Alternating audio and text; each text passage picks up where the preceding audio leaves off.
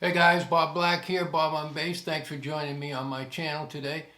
Today we're going to do a review of the Mark Bass Ninja amp and the Mark Bass Ninja cabinet, the 212 cab. Stick around.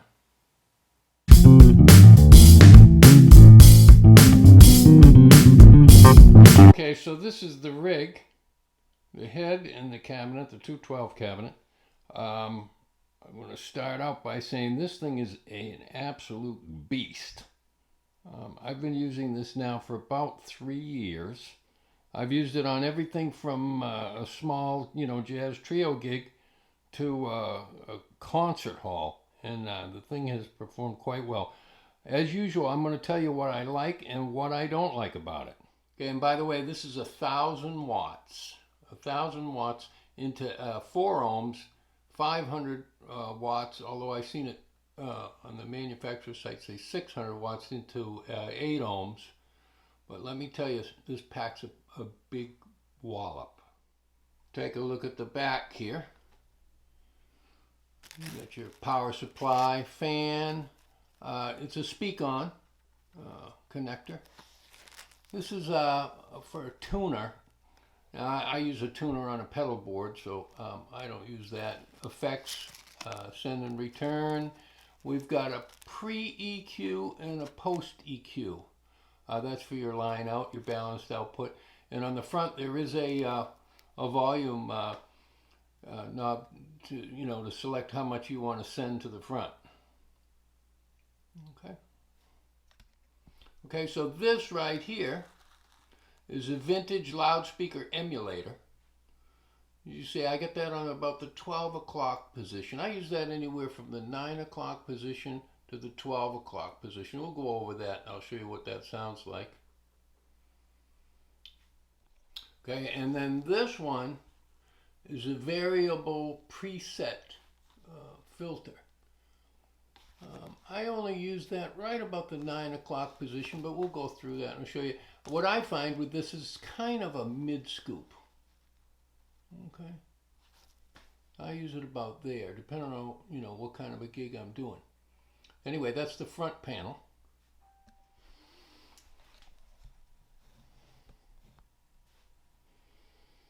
Okay, and so the cabinet is the 212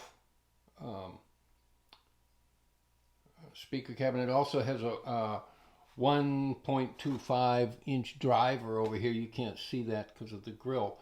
And the funny thing is, when I ordered this, it came in with the nameplate over the little tweeter speaker there. But it was easily rectified. I called Mark Bass and they sent me another front grill. So I actually have another spare grill. Okay. Also, on the side of the speaker cabinet, we've got a volume for the 1.25 tweeter. So the cabinet is rear ported, if you can see there. And we've got 2 speak-on connectors. Okay, so one of the things I love about this system is the weight, for one thing. Now the head, it's a little over 6 pounds. Not too bad. I can carry that with one hand, no problem. And the speaker cabinet is, let me check, it's about 41 pounds, but still, you can pick it up with one hand. I have a little cart on the bottom. Okay, now my preference is actually, I love 410 speakers, 410-inch speakers, but the kind of gigs I do, I'm in and out of places upstairs and all that kind of stuff. The 410 is a little bit heavy to be carrying by yourself, schlepping from one gig to another. And this fits easily in the back of my vehicle, and it's not too bad to carry around.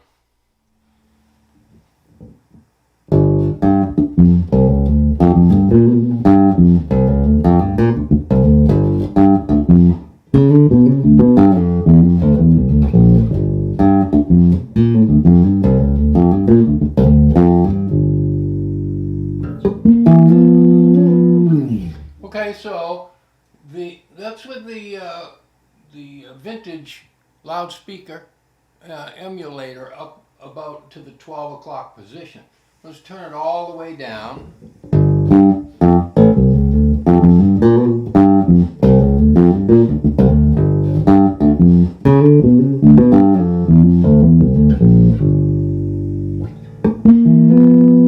Very clean, but I like it. You know, let's go to the 9 o'clock position.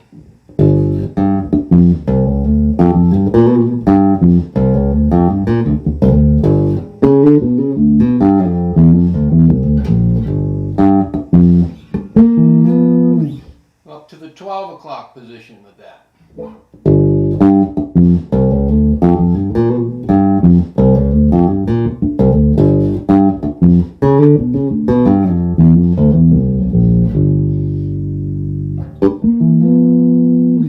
Let's bring it up to the 3 o'clock position.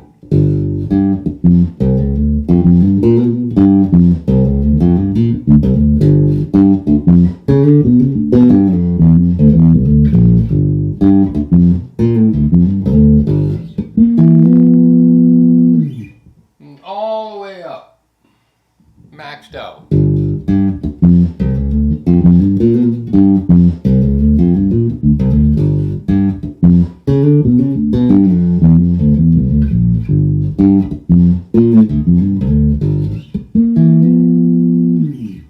Okay, so that's that.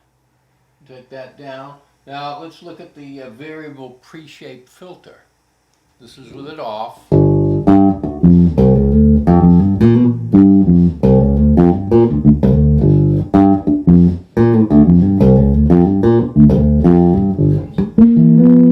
Let's bring it up to about the 9 o'clock position.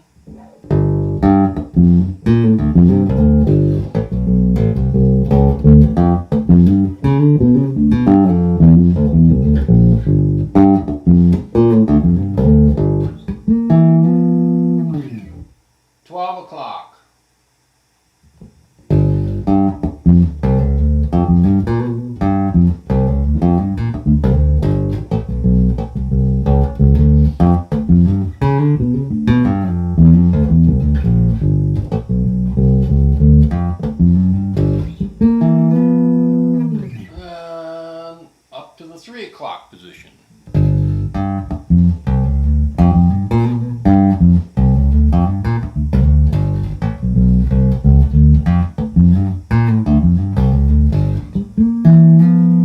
And then all the way up.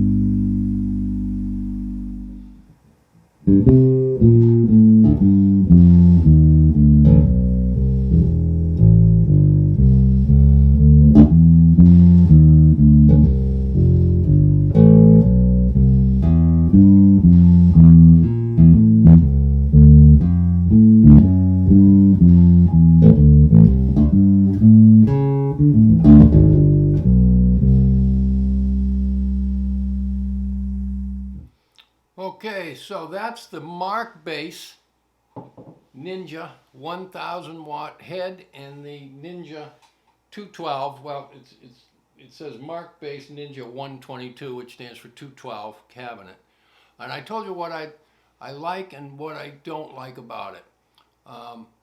First of all, the price, $849.99 was the head, $849.99.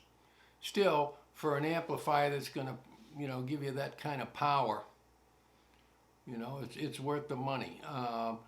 And the cabinet was $829, okay? And actually the carrying case was $60, okay? I mean, you could throw this in a backpack or something if you wanted to, but I really like that case, and it's got a pouch on the top. I usually put the power cord in there. Now, I haven't played a room that this couldn't handle. So there's plenty of headroom here, and the sound quality is good. There's a lot of variation you can mess with and just, tweak it. I use, for most applications, pretty much, straight up on the EQ. Sometimes I add a little bit of bass, a little bit of low mid, but other than that, I mean, it's very variable. I like the vintage speaker dial here, and I like the pre-shape filter. It all works good for any kind of style of music that you're going to play. I like the weight. It's very easily portable, okay? I mean, I like using an SVT, but those days of me carrying those around are long gone, okay? So anyway, I will tell you one thing that I don't like about it, and this only happened to me one time. I was doing a gig. It was a big concert opening for a big name act. I can't remember who. But anyway, in the middle of the set, in the middle of the show, the power cut out. It only lasted maybe 5 seconds, but super annoying and a little bit scary there. What I think happened was, and I've read people say that these are very, very affected by an unclean power. And I'm thinking maybe that was the case. It never happened to me again. And again, I've used this everything from a small jazz trio up to a big rock concert.